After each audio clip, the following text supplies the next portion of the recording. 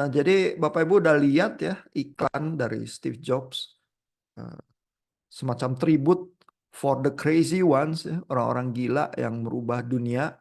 Dan judul iklannya sangat terkenal, Think Different ya. Ini chapter yang saya pilihkan buat Bapak Ibu baca ya. Sehingga dari awal persoalan marketingnya Steve Jobs ya, Steve Jobs itu tidak pernah merasa dia jualan komputer, dia jual kreativitas. Dan orang-orang yang pakai produknya dia adalah orang-orang kreatif. Ya. Makanya niche marketnya dia ya kalau mau berpikir tentang crossing the chasms adalah industri kreatif. Ya, sehingga dia pilih target people-nya itu ya, target marketnya adalah itu. Lalu dia desain produknya sedemikian rupa sehingga appealing ya buat orang-orang dari industri kreatif dan menyelesaikan problem mereka ya, sehingga rata-rata orang di industri kreatif pakainya itu ya. Kalau Bapak Ibu ketemu teman-teman di apa IT yang kerjaannya terutama lebih ke arah kreatif ya, atau teman-teman di Center for Teaching and Learning UPH ya, EduTech yang mereka ngedit film dan lain sebagainya, pegangan mereka biasanya komputer-komputer Apple sih, baik yang versi udah lebih jadul atau yang baru begitu ya. Ini ada apa eh, diskusi-diskusi konsepnya waktu berusaha mengkonsepkan Think Different itu ya, eh, sehingga Steve Jobs itu pingin spiritnya itu muncul di marketingnya itu ya, dan itulah yang menular ya ke seluruh dunia lewat produknya dia begitu ya. Jadi ini misalnya di paragraf ini ya tertulis bahwa Think Different itu ya, konsep marketingnya itu untuk eh, bukan merayakan komputer itu bisa ngapain ya, tetapi eh, merayakan apa yang bisa dilakukan oleh orang-orang kreatif dengan komputer. Ya, jadi ini bukan persoalan, oh kalau iklan komputer itu soal speednya, soal memori, tapi ini soal kreativitas. Ya, sehingga yang terpikirkan adalah target customernya, bukan produknya. Dan itu pola berpikir crossing the chasm ya. Kalau Bapak Ibu memperhatikan apa bukunya Jeffrey Moore ya, dia dari awal selalu bilang pola berpikir ini adalah menyadari bahwa target customer itu ada perbedaan sikap ya antara yang early adopters dengan yang majority market begitu ya. Nah, ini dari bagian early adopters ya aja dan mau tembus ke niche marketnya itu ya, Steve Jobs sudah punya semacam imajinasi di kepalanya ya, target customernya dia apa gitu ya. Jadi bukan mikirin produk ya. Nah, ini chapter-chapter yang saya pilih di tengah ini berisi gambar-gambar selipan ya, karena pas di tengah bukunya. Jadi Bapak Ibu bisa lihat ya Steve Jobs muda itu seperti apa gitu ya. Eh, terus apa foto-foto ini ya yang jadi apa cukup ikonik ya di biografinya dia. Dan kebetulan di di biografi yang ini Walter Isaacson itu kan jurnalis yang cukup terkenal ya. Jadi ada kisah juga si Steve Jobsnya nggak mau baca bukunya karena menceritakan kisah dia itu cenderung apa adanya ya. Kalau dia baca nanti dia nggak suka, dia akan paksa untuk mengubah, jadi dia nggak mau baca gitu ya. Tapi ada satu hal yang dia paksa mau adalah foto yang ada di depan cover bukunya itu ya. Jadi kalau Bapak Ibu lihat bukunya di Amazon atau apa, cover yang putih cuman ada wajah hitam putih Steve Jobs itu. Nah, itu Steve Jobs pilih sendiri, dia maunya itu covernya gitu ya. Nah, jadi Bapak Ibu bayangkan juga ya bahwa Steve Jobs itu orang yang memperhatikan detail ya. Eh, Kata-kata itu dia yang susun ya untuk marketingnya itu ya. Ini ada teksnya ya di halaman 329 di cover buku ini ya. Eh, Kalimat-kalimatnya itu pendek ya, bukan bertele-tele tentang produk ya. Kalimat pertamanya, here's to the crazy ones ya. Inilah orang-orang gila gitu ya, the misfits ya, orang-orang yang nggak cocok ya, the rebels ya, pemberontak, the troublemakers gitu ya, the round pegs in the square holes ya, barang yang bulat di kotak apa lubang yang kotak gitu ya. the ones who see things differently. Orang-orang yang melihat berbagai hal itu dengan cara yang berbeda gitu ya. Ini kata-kata dia mau apa kalau dibunyikan itu punya irama yang khusus itu ya yang Bapak Ibu dengar tadi di iklannya gitu ya. Itu dia eh, pilih sendiri mesti begitu kata-katanya begitu ya. Dan apa eh, secara gramatik juga sebenarnya think different itu salah. Ya, tapi dia nggak mau pakai gramatik yang betul ya, karena gramatik yang betul harusnya think differently, ya berpikir dengan cara yang berbeda gitu ya.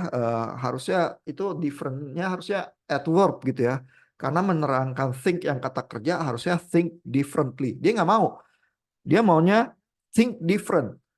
Ya karena dengan begitu jadi salah grammarnya ya.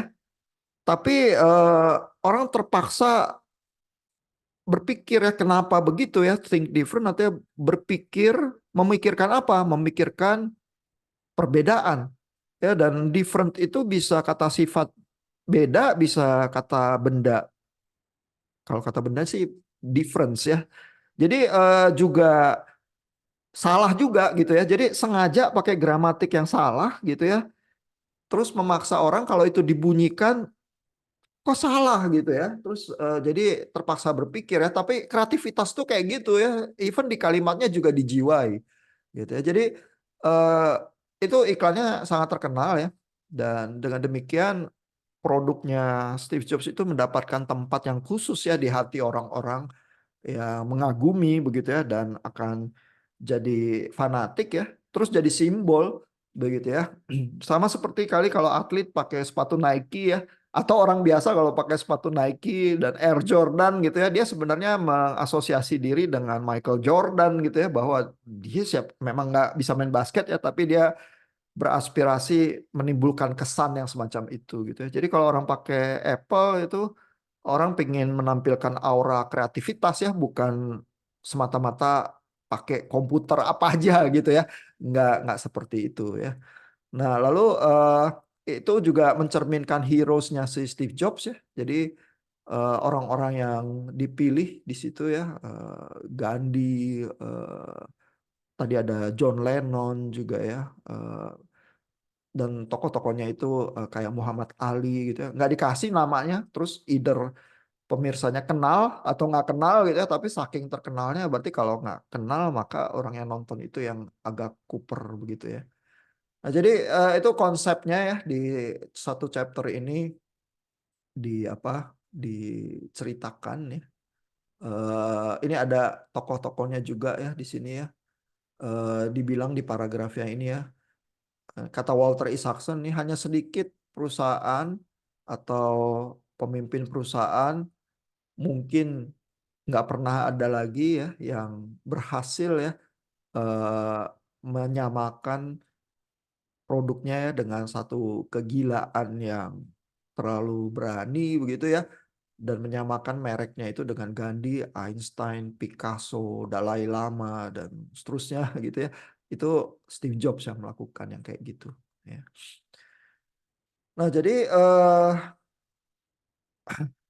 dengan cara yang demikian ya produknya itu memberikan kesan ya, bukan apa, bukan produknya itu sendiri yang apa menjadi semacam satu-satunya andalan ya, tapi kesan itu tuh ya ada di kepala orang-orang itu ya. Lalu di bagian yang ini juga ya pola berpikirnya Steve Jobs di dalam mengelola produknya ini juga di apa diceritakan ya dan ini menjadi bagian juga ya dari pola berpikirnya Crossing the Chasm sebenarnya dan tidak heran ya karena Steve Jobs itu kalau Bapak Ibu baca biografinya ini baca Innovator's Dilemma ya baca Crossing the Chasm juga ya. Nah misalnya yang dilakukan Steve Jobs adalah gini kalau kebanyakan perusahaan itu takut mengkanibal produknya ya dan terus berusaha bikin produk banyak-banyak Steve Jobs itu berusaha merampingkan selalu produk-produknya ya. Jadi di bagian yang ini ya, Walter Isaacson itu biografernya itu bilang ya, salah satu kekuatan Steve Jobs di sebelah kiri ini adalah kapan dia membuang sesuatu. Ya, jadi deciding what not to do is as important as deciding what to do katanya. Jadi kapan kita memutuskan buang sesuatu itu berarti kita jadi punya energi untuk fokus kepada sesuatu yang lain. Ya, jadi bukan kalau mau berhasil kerjain segala sesuatu, jangan. Buang sebanyak mungkin hal ya. Kalau ada 100, coba buang 90 ya supaya jadi 10 gitu misalnya. Nah, habis itu terus itu 10 yang terbaik terus kita bisa fokus. Terus dengan demikian kita jualannya bisa bisa lebih ampuh gitu ya. Nah, ini di paragraf di halaman berikutnya ada cerita juga bahwa Apple tuh punya lusinan versi dari Macintosh ya dengan berbagai nomor-nomor yang membingungkan ya. Terus kalau apa dia udah begah ya dengan berbagai versi itu Steve Jobs akan paksa orang-orang untuk bilang ya, jadi yang mana yang produknya yang harus dijual gitu ya. Kalau saya mau jual ke keluarga saya jual yang mana gitu. Yang mana yang bakal ditawarkan, sisanya buang semua gitu ya. Jadi apa prinsipnya katanya jangan buang waktu dengan produk-produk yang cuman apa rata-rata, yang apa crappy products ya, apa produk-produk sampah gitu ya. Potong 70%, sisain sepertiga aja terus fokus aja di situ. Gitu. Jadi dia tuh punya mentalitas yang semacam itu ya, sehingga itu salah satu mentalitas yang bisa mengalahkan Innovators Dilemma ya. Innovators Dilemma kan seperti yang Bapak Ibu baca ya di teorinya. Itu kan problemnya bukan karena manajernya kurang pinter ya, atau bukan karena mereka nggak bisa nguasain teknologi baru. Mereka tuh takut produk yang lama itu yang udah menghasilkan keuntungan besar secara ekonomi terancam ya nanti dengan produk-produk inovasi baru. Jadi walaupun yang baru bagus, tapi yang lama ini nggak bisa dibuang ya, sehingga seperti kakinya terikat ya. Justru kalau logis dia memang akan bertahan di produk yang lama itu karena yang itu yang menghasilkan uang. Nah, Steve Jobs nggak mau yang kayak gitu dari awal ya. Dia pokoknya fokus dengan produk yang terbaik. Kalau mau kanibal, kanibal aja, hajar aja, buang aja gitu ya. Sehingga mentalitas semacam itu tuh yang bisa menyelamatkan diri dari innovators dilemma gitu ya. Tentu risikonya adalah kalau main startup melulu terus nggak ada yang jadi established produknya ya. Lama-lama ini ya, lama-lama perusahaannya kayak nggak bisa bertambah besar ya, terus ukurannya tanggung terus gitu ya. Dan Apple tuh sedikit banyak menghadapi fase yang seperti itu sih. Ya, setelah Macintosh tuh begitu yang laku keras ya. Terus produk-produknya nggak ada yang laku walaupun Steve Jobs tetap agresif kayak gitu ya. Tapi lama-lama perusahaannya itu nggak tahan sama dia, terus dia dipecat ya. Jadi ini kisah yang terkenal juga ya bahwa Steve Jobs itu dipecat oleh perusahaan yang dia buat sendiri ya, karena board komisarisnya itu nggak mempercayai dia di satu titik di perusahaan itu ya, terus dia dipecat, terus dia kerja di perusahaan lain ya, jadi CEO-nya Next ya, jadi Pixar. Terus tapi lama-lamanya setelah dia keluar ya, Apple-nya itu makin ambruk sampai satu titik karena nggak tahu lagi mesti ngapain si Steve Jobs-nya itu diminta balik ya, terus dia ganti semua board apa yang duduk di apa komisarisnya itu diganti semua, terus dia jadi CEO baru lagi ya, terus dia nggak mau dibayar dulu awalnya ya karena dia mencurigai juga, takut nggak jelas ya perusahaannya ini walaupun dia yang buat ya. Terus tapi dengan cara demikian karena udah membersihkan jajaran pimpinannya terus mulai lagi, dan karena pernah dipecat perusahaannya sendiri ya, eh, kreativitas sama semangat memberontaknya Steve Jobs itu agak lebih baik ya, sehingga waktu dia comeback kedua kali itu sukses besar ya. Eh, karena Apple-nya berubah tapi Steve Jobs-nya berubah juga sih ya. Ada biografi lain yang menceritakan perubahan itu ya, tapi saya nggak pilihkan untuk Bapak Ibu baca ya. Ini biografi yang pertama yang menceritakan sedikit banyak keberhasilan-keberhasilan awal dia ya. Tapi cerita tentang Steve Jobs itu ditendang dari perusahaan sendiri ada di buku tebal ini juga ya. Jadi Bapak Ibu bisa coba coba cari ya kalau tertarik sama kisah itu, terutama bagaimana dia ditendang oleh perusahaannya dia sendiri ya. Saya rasa itu pelajaran penting ya, eh, baik buat Steve Jobs maupun kalau Bapak Ibu memikirkan tentang kepemimpinan perusahaan ya. Eh, karena waktu Steve Jobs-nya comeback lagi ya, dia jadi orang yang berbeda ya, dan mungkin kunci keberhasilan yang lebih jangka panjang adalah di situ tuh setelah dipecat dari perusahaannya sendiri. Kalau Steve Jobs yang di awal tuh terlalu ini ya, terlalu liar sehingga nggak bisa juga ya bikin Apple itu jadi sebagus sampai di versi akhirnya gitu ya. Nah, ini chapter 26 ya, saya pilihkan buat Bapak Ibu baca karena ada prinsip-prinsip desainnya di situ ya yang dituliskan oleh Walter Isaacson gitu ya. Nah, jadi ini di paragraf yang saya garisin di bagian bawah ini, si apa Johnny Ive itu desainer yang lain ya. Jadi jangan berpikir ya bahwa perusahaan di tempat Steve Jobs itu cuma Steve Jobs doang yang jago ya. Yang jago banyak ya. Eh, dan konon Steve Jobs cuma mau kerja sama orang-orang jago doang ya. Yang lebih jago teknik itu justru temennya ya, Steve Wozniak ya, sama-sama Steve juga, tapi kurang terkenal karena yang menjadi wajah perusahaan ini adalah si Steve Jobs-nya ya. Tapi nama-nama besar yang lain kayak Johnny Ive ini juga desainer teknikalnya Apple ini sebenarnya jago juga gitu ya. Lalu eh, Steve Jobs itu katanya selalu diingat sebagai orang yang bukan pingin dapat uang banyak dari perusahaannya ya, tapi pingin membuat great products gitu ya, produk-produk yang luar biasa bagus begitu ya. Jadi bukan cuma sekedar cari uang, makanya apa mengkanibal produknya sendiri dia nggak takut karena bukan keuntungan keuangan itu yang terpenting ya. Dan ada kisah cerita di sini waktu lagi kecil Steve Jobs, bukan di chapter yang ini ya, di chapter yang lain. Steve Jobs itu kalau kerja sama bapaknya ya, suruh ngecat pagar ya, bapaknya itu kasih lihat bahwa di bagian-bagian pagar yang kurang kelihatan mata ya, itu catnya harus sama bagusnya sama bagian pagar yang kelihatan sama mata gitu ya. Jadi dengan demikian si Steve Jobs itu belajar ya mendesain secara artistik ya. Jadi komputer-komputernya Apple tuh selalu punya semacam appeal ya buat orang-orang yang suka ya, yang gandrung sama Apple.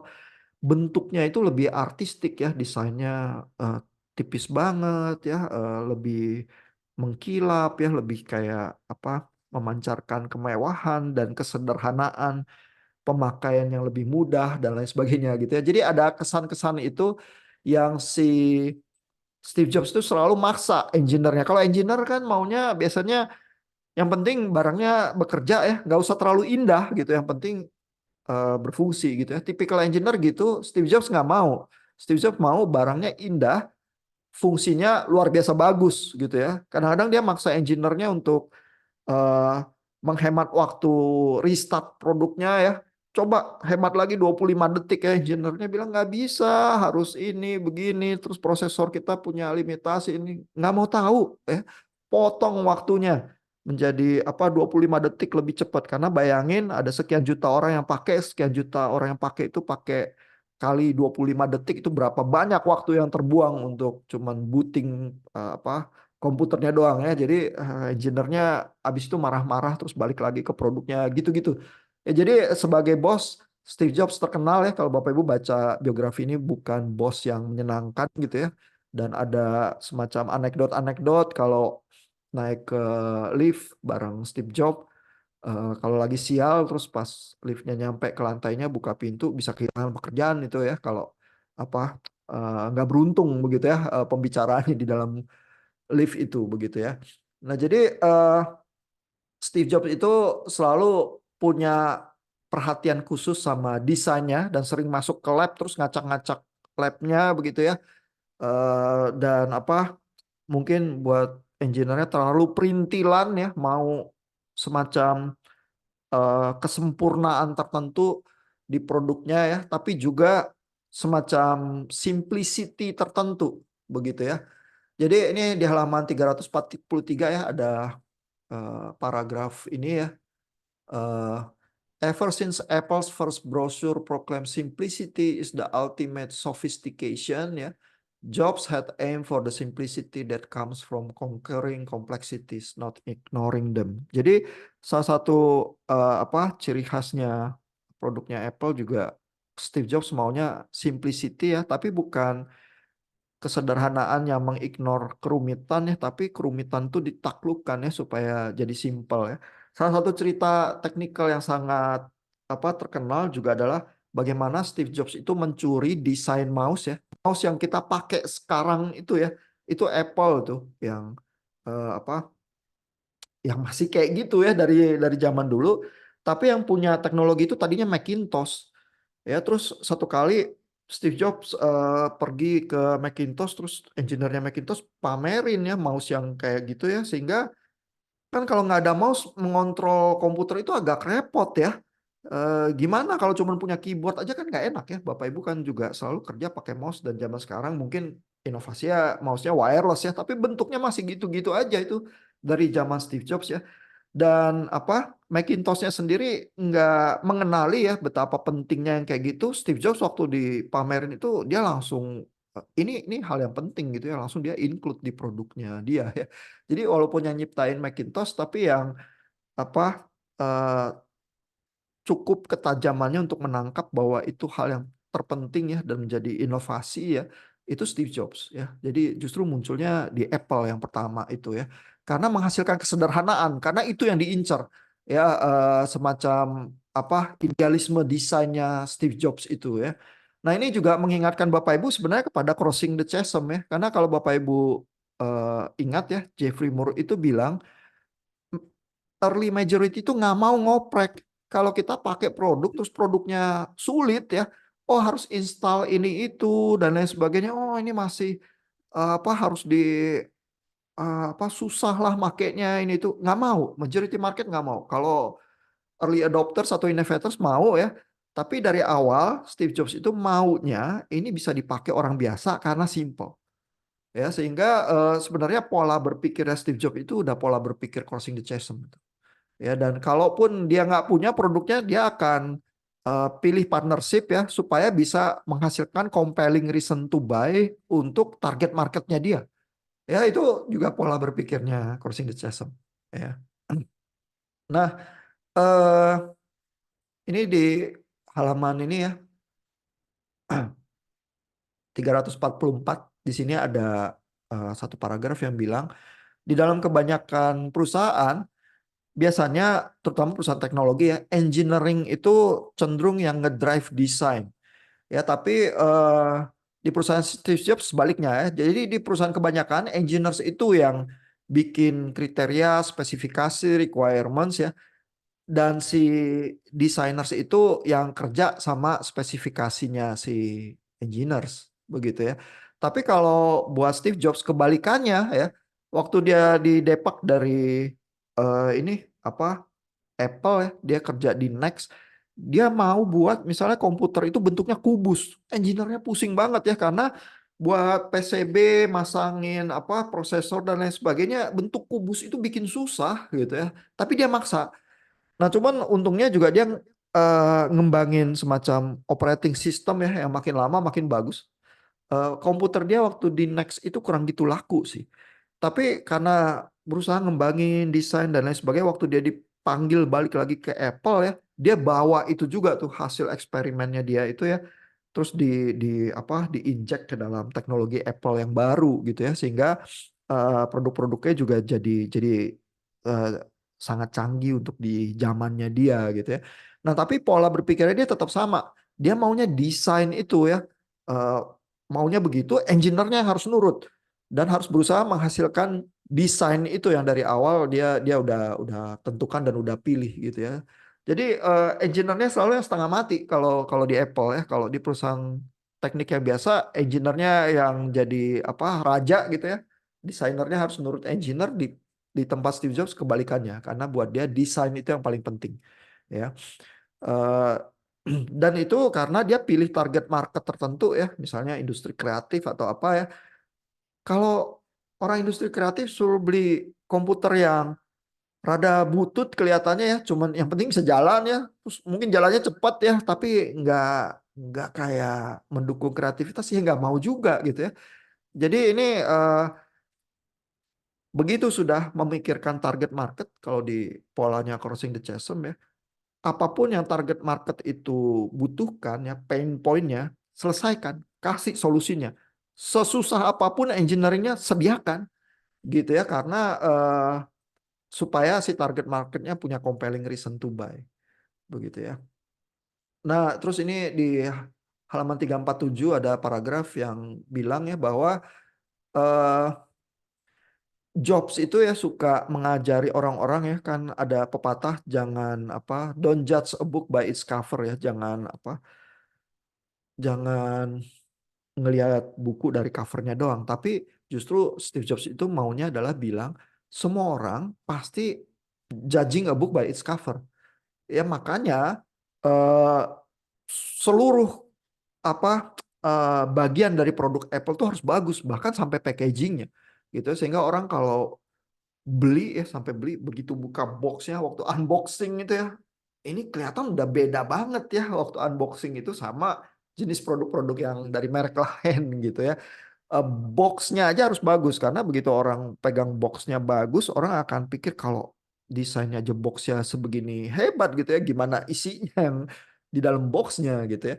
Jadi itu metode desain itu dan idealisme itu ciri khasnya Apple sih. At least waktu zaman Steve Jobs ya. Apakah sampai sekarang menjadi tradisi ya di tangannya Tim Cook dan lain sebagainya.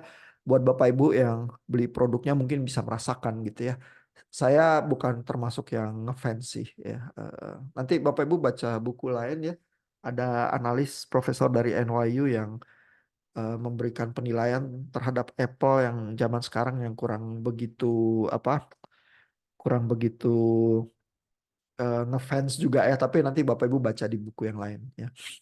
Nah, tapi paling tidak waktu di zaman awal Steve Jobs itu begitu ya pola pola desainnya, sehingga Bapak Ibu bisa lihat itu semacam personifikasi dari Crossing the Chasm-nya Jeffrey Moore tuh kalau Bapak Ibu baca biografinya Steve Jobs ya.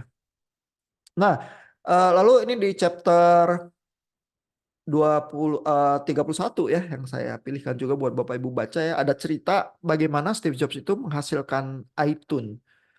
Ya jadi iTunes, iPod ya itu adalah produk yang juga sukses ya, keluaran dari Apple ya, dan inovatif di zamannya yang mendobrak. Padahal zaman itu eh, music piracy itu lagi tinggi-tingginya. Ya jadi pembajakan musik ya, karena bisa dirubah jadi MP3 terus di-share lewat apa, sharing platform dan lain sebagainya. eh, Gila-gilaan ya, banyak begitu beredar begitu ya. Nah, Steve Jobs itu berpikir apa nggak bisa ya bikin produk di mana musik bajakan tuh kan jelek-jelek ya, kadang-kadang udah download apa terus ditipu orang ya, karena itu filenya bukan lagu itu atau apa gitu ya, atau tergantung apa sampling rate-nya dan lain sebagainya, lagunya bisa jelek gitu ya kualitasnya gitu ya. Kenapa nggak jualan musik ya, jualannya 99 sen aja ya, $1 kurang gitu ya, terus bisa di-download dari sistemnya Apple gitu ya, dan semua orang dapat musik yang bagus gitu. Jadi konsepnya kayak gitu ya, di tengah-tengah pembajakan yang besar-besaran, terus harga musik itu mahal ya, beli CD dan lain sebagainya $20 ya. Padahal kan orang bisa beli lagu yang dia seneng aja gitu ya, dia downloadnya di bawah $1 gitu misalnya ya. Dari satu album yang isinya 20 lagu, saya cuma suka dua gitu misalnya. Saya nggak mau beli yang lain ya, mau beli dua lagu itu aja gitu. Kenapa nggak bisa gitu ya. Jadi itu kadar inovasinya tinggi. Ya dan begitu Bapak Ibu bikin produk yang inovatif ya, problem-problem kayak Innovator's Dilemma, Crossing the Chasm itu muncul semua ya, sehingga harus ada kiat khusus ya bisa menghasilkan produk yang disruptif ya, terus berhasil di pasar. Ya dan chapter ini menunjukkan ya, dan padahal waktu itu bukan nggak ada saingan loh. Ya, kalau Bapak Ibu ingat kisah kebangkrutan Iridium ya, salah satu penyebab utamanya adalah ada saingannya waktu itu ya, bahwa GSM itu udah sampai level yang cukup murah, sehingga kalau orang bisa bertelepon pakai GSM di kebanyakan daerah urban, ngapain saya butuh Iridium gitu ya, cuman supaya kadang-kadang saya ke laut masih bisa telepon gitu. Nah, jadi kalau ada kompetitor ya, crossing the chasm itu jadi susah karena kepala pantainya itu beachheadnya udah didudukin orang lain. Nah, Steve Jobs ini berhasil walaupun udah ada Sony waktu itu ya. Dan Sony itu kan produknya yang paling terkenal itu Walkman. Ya, yang waktu masih zaman kaset gitu ya. itu udah kemana-mana ya, Walkman-nya itu kalau di seluruh dunia pakai Walkman ya merek yang paling bagus merek merek Sony gitu ya. Itu Sony udah biasa ya di apa industri musik. Terus Sony juga punya apa recording house sendiri gitu ya. Tapi nggak berhasil Sony bikin produk yang kayak iPod iTunes itu. Kenapa? Karena itu tadi innovators dilemma itu menjegal langsung ya. Jadi bukan incumbents atau perusahaan jagoan besar yang bisa. Biasanya perusahaan kecil yang lain yang nggak takut mati ya. Karena nggak takut mengkanibal ya. Terus Steve Jobs itu punya keuntungan yang lain ya. Bahwa di dalam eh, produk iTunes ini dia menguasai industrinya dari hulu ke hilir. Ya jadi apa? Selain bahwa pasar itu udah matang ya, karena ada pembajakan lagu yang udah sangat banyak ya, tapi dengan kan kualitasnya buruk ya. Jadi kan pasarnya ada tuh, tinggal jualan dengan cukup murah ya, dengan teknologi yang baru itu bisa langsung booming ya. Tapi eh, masalahnya produk yang disajikan harus whole product juga ya. Ingat ini konsepnya Jeffrey Moore lagi Crossing the Chasm. Kalau saya cuman jualan alatnya doang ya iPod gitu ya terus saya download lagunya dari mana gitu ya. Itu nggak bisa, majority market tuh digituin tuh nggak bisa ya. Jadi harus dari hulu ke hilir ya disediain. Oh, ini Apple juga punya websitenya kalau download ya. Terus abis itu kalau komputernya pakai Apple ya, nanti si iPodnya bisa di docking ya ke komputernya terus langsung nyetel di situ atau apa gitu ya. Jadi whole product ya. Jangan si customer itu diperlakukan kayak early adopters atau innovators yang suruh ngoprek ya. Majority market nggak mau ngoprek ya. Kasih saya produk yang langsung gampang pakai, terus saya tinggal menikmati. Saya bayar harganya kalau memang sebagus itu produknya ya. Kalau saya disuruh ngoprek ya, saya nggak bakal beli ya. Kasih aja early adopters tuh suruh ngoprek sono gitu ya. Tapi kan itu bukan majority market, jadi nggak bisa booming gitu ya. Nah jadi prinsip-prinsip kayak gitu itu Steve Jobs paham benar ya sehingga apa dia berhasil ya apa punya komplit sistem itu ya dari tempat downloadnya sampai peralatan buat nyetel musiknya gitu ya. Nah ini ada apa paragraf tertentu juga di halaman itu ya, halaman 401 ini yang menceritakan itu ya. Jadi the beauties of Jobs end-to-end strategy ya, sales of songs on iTunes would drive iPod sales ya. Jadi kalau orang downloadnya dari iTunes ya, lagu-lagunya itu akan mendorong juga penjualan iPod ya. Lalu iPod itu karena bisa connect ke komputernya Mac juga akan ngedrive penjualan Mac begitu ya. Jadi karena apa dari hulu ke hilir dikuasai ya jalur produksinya, maka dia bisa ya menghasilkan whole product itu. Dia nggak usah partnership. Nah, salah satu problemnya Sony adalah Sony itu terpecah-pecah ya waktu itu walaupun bisa bikin Walkman ya, tapi bagian studio apa musiknya itu industri yang terpisah sendiri gitu ya. Disuruh kerjasama nggak semudah itu. Kalau si Steve Jobs ini kan diktator ya, semua project yang di Apple itu yang bisa jalan ya harus harus kasih izin sama dia. Kalau enggak kena pangkas yang 70% itu dihabisin sama dia kalau dia nggak suka produknya ya. Sehingga karena dia diktator menguasai produknya dari hulu ke hilir ya, dia bisa ya bilang bahwa oke, kita bikin produk baru ini kuasain dari ujung ke ujung gitu ya. Terus bukan cuma jualan iPodnya, jualan iTunes-nya juga. Terus orang apa langsung download dari situ ya. Jadi di sini juga ada cerita ya bahwa eh, apa kontrol terhadap seluruh experience customer itu satu keunggulannya Apple ya yang Sony itu nggak punya ya. Ini di sini dibilangnya bahwa apa Sony was especially resistant begitu ya. Dan jadi tadinya sih apa Sony juga nggak mau ya kerja sama iTunes, tapi karena si Steve Jobs itu punya whole product menguasai dari hulu ke hilir akhirnya Sony terpaksa ngalah juga gitu ya. Jadi bayangin ya, udah ada kompetitor, kompetitornya bukan perusahaan kemarin sore juga, tapi Steve Jobs sedemikian efisiennya crossing the chasm-nya itu ya menghasilkan whole product, menyelesaikan pain point-nya customer ya, karena customer nggak mau denger musik jelek, terus pakai bajakan itu repot ya, sulit. Lebih baik beli barangnya Steve Jobs, download lagu cuma 99 sen, terus bisa menikmati produk yang bagus dan teknologinya itu nggak usah ngoprek, dikuasai dari hulu ke hilir dengan desain yang sangat artistik ya oleh produk-produknya Apple gitu ya. Siapa yang nggak mau gitu ya, dan dengan demikian dia crossing the chasm gitu ya. Nah, jadi Bapak Ibu bisa bayangkan ya bahwa kalau dipersonifikasi dengan baik ya, seluruh innovators dilema itu bisa dikalahkan ya oleh satu perusahaan. Nggak usah berusaha mengakuisisi merger perusahaan kayak zaman sekarang gitu ya, karena nggak bisa melakukan sepak terjang kayak Steve Jobs gitu ya. Tapi apa kalau berhasil memahami teori innovators dilemma dan crossing the chasm itu, terus berhasil membuat di dalam perusahaan itu bisa ada culture ya yang mengalahkan dilema-dilema itu ya, produk-produk yang disruptif itu bisa menang juga gitu ya. Nah, ini ada paragraf lainnya di halaman itu yang memperlihatkan kesulitannya Sony ya.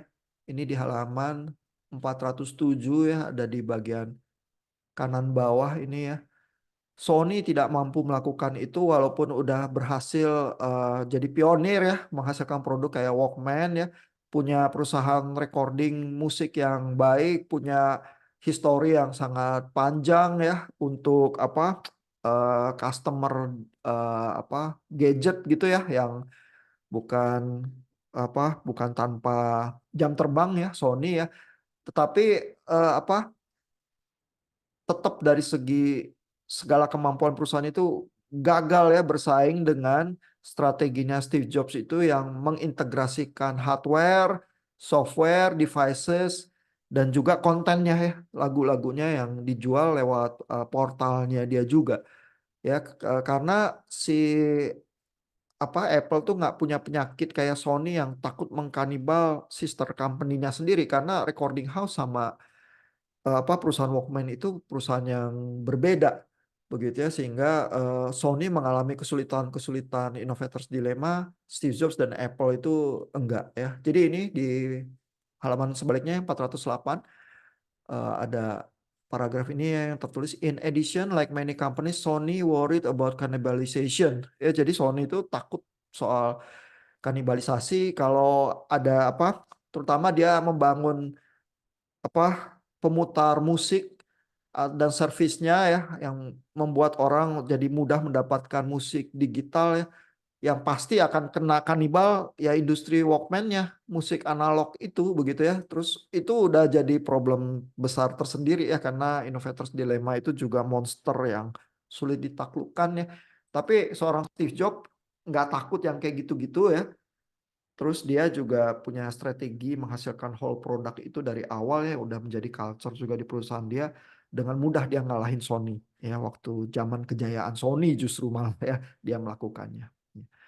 Nah, mudah-mudahan pembahasan ini ya, beberapa bagian dari chapternya Steve Jobs menolong Bapak Ibu ya mengapresiasi at least di masa kejayaannya Steve Jobs ya, dia bos yang sedemikian visioner ya, sehingga bisa menghasilkan culture perusahaan yang ngalahin problem-problem teknologi inovatif yang udah umum diketahui orang ya, kayak Crossing the Chasm dan Innovators Dilemma ya, dan sehingga Apple itu jadi legendaris ya di tangan Steve Jobs gitu. Ya. Nah, Bapak Ibu ada komentar, pertanyaan, silakan kalau ada.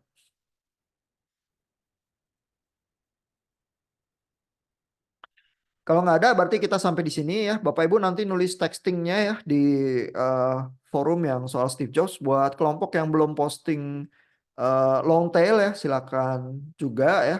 Karena itu berhubungan juga mungkin dengan e-commerce-nya dan iTunes-nya eh, apa Steve Jobs juga ya. Dan si Christian Anderson itu pakai contoh-contoh eh, termasuk industri musik ya dan industri film ya. Tapi karena bukunya itu udah lama ya, Netflix yang zaman sekarang sama Netflix yang zaman dulu ya itu eh, yang ada di bukunya Longtail itu ya kompetitor-kompetitornya beda ya, sama apa penetrasi pasarnya udah beda ya. Netflix zaman sekarang udah jauh lebih gila ya daripada waktu teori long tail itu dihembuskan oleh Anderson gitu ya. Tapi mudah-mudahan Bapak Ibu menikmati ya berpikir di teori-teori ini, dan jangan-jangan kapan-kapan Bapak Ibu menghadapi problem-problem serupa juga di industri atau perusahaan yang Bapak Ibu geluti ya. Thank you Bapak Ibu untuk perhatiannya. Selamat malam. Jangan lupa ngerjain chatting dan jangan lupa posting klaim-klaim yang asik ya supaya bisa kita perdebatkan minggu depan. Nanti kita setujuin perdebatannya dan klaim yang kita mainkan lewat grup WA. Selamat malam Bapak Ibu, selamat istirahat.